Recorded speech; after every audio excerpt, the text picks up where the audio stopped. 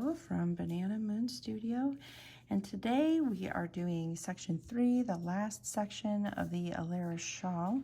So again, I am working with Ancient Arts Nettle Soft DK since I used up all of my Oasis making the shawl.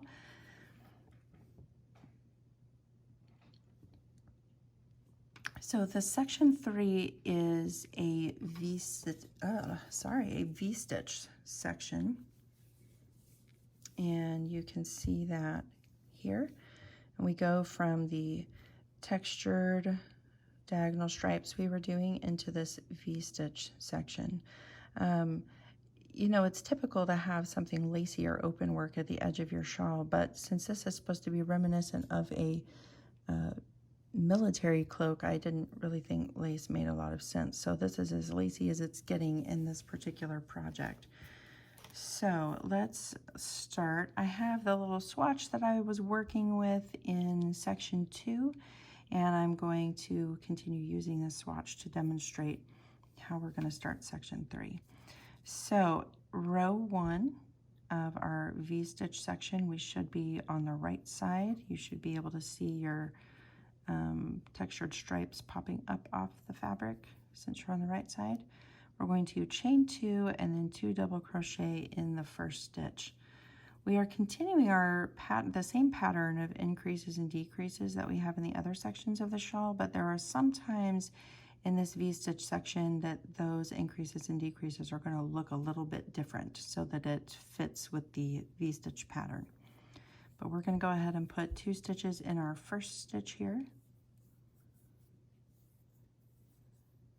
However, since we are working in V-stitch, those 2 double crochets that are worked together, they constitute a V-stitch. So that's why it says V-stitch made here, okay? Then we're going to skip the next stitch, 2 double crochet in next stitch, and repeat from the start across to the last 3 stitches. So skip 1 stitch, 2 double crochet in the next stitch. Each time that we make a group of 2 double crochet in the same spot, that is a V-stitch. So now I have my chain 2 that does not count as a stitch, and I have my 2 V-stitches.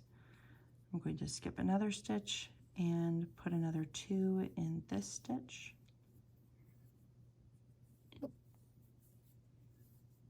And I'm going to do that all the way across until I have 3 stitches left.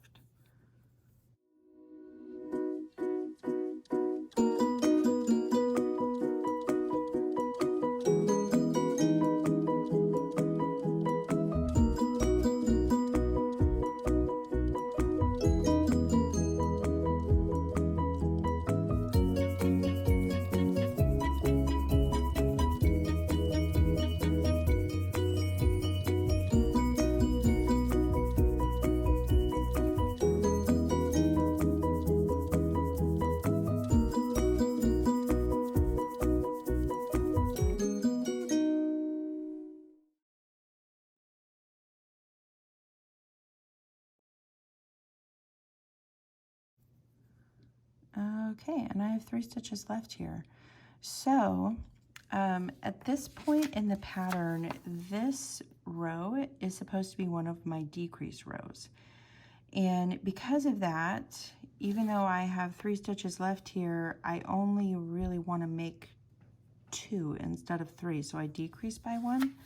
So when I get to those last 3 stitches, I'm going to skip 2 stitches and put 2 decreases in the last stitch. Or 2 decreases, that's not what I meant. Skip 2 stitches and put 2 double crochets in the last stitch. Okay, so I've been skipping 1 stitch between V-stitches. In order to accomplish that decrease I need here, I'm going to skip 2 this time, and I'm going to put my last V-stitch here in the last stitch of the row.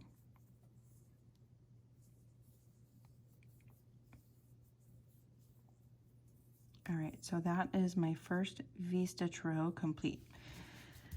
Now, in row 2, I'm going to start with chain 2, 2 double crochet in first V-stitch. Okay. I'll I'll do my chain 2. I like to chain 2 first and then turn, even though my instructions put it the other way. It doesn't matter if you turn first or chain first. Either is fine. Okay, so when it says 2 double crochet in first V-stitch, when you work in V-stitch, you don't place your stitches in the tops of the stitches. You go in the space between these 2 double crochet right here. So I'm going to put my hook right in here between them, and I'm putting 2 double crochet stitches there. As we're increasing and decreasing, there will be a few times you'll work into the top of the stitches, but for the most part, when we're just working in standard V-stitch, we work in that space between the stitches instead of in their tops. Okay, then I will skip 2 double crochet, 2 double crochet in next V-stitch and repeat that across. Okay. So the 2 double crochets I'm skipping are this one and this one. And like I said, we aren't for the most part stitching into the tops of those, so they're going to be skipped, and we're going to go right into the space between these 2 stitches to work our next V-stitch.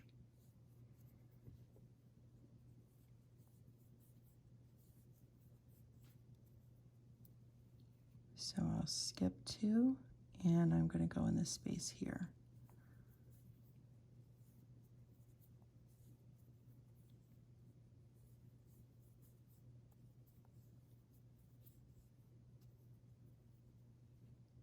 Skip these 2 and into the space.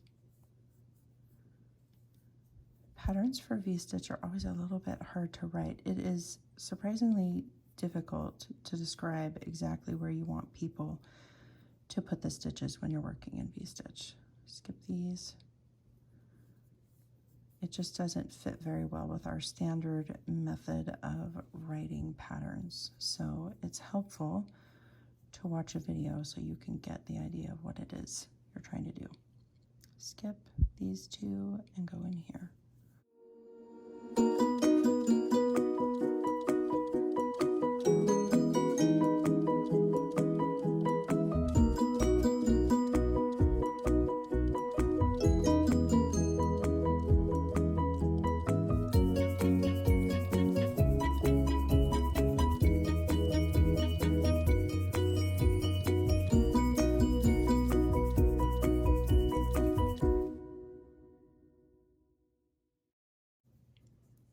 Skip these 2 and right in here to this last V-stitch.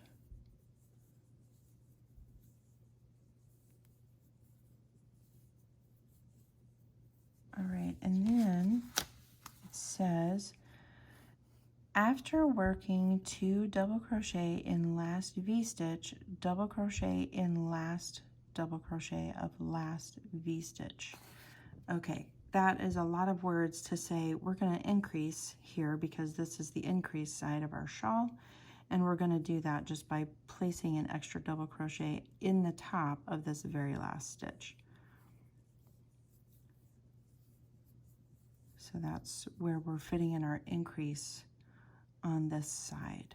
Okay, so then when you turn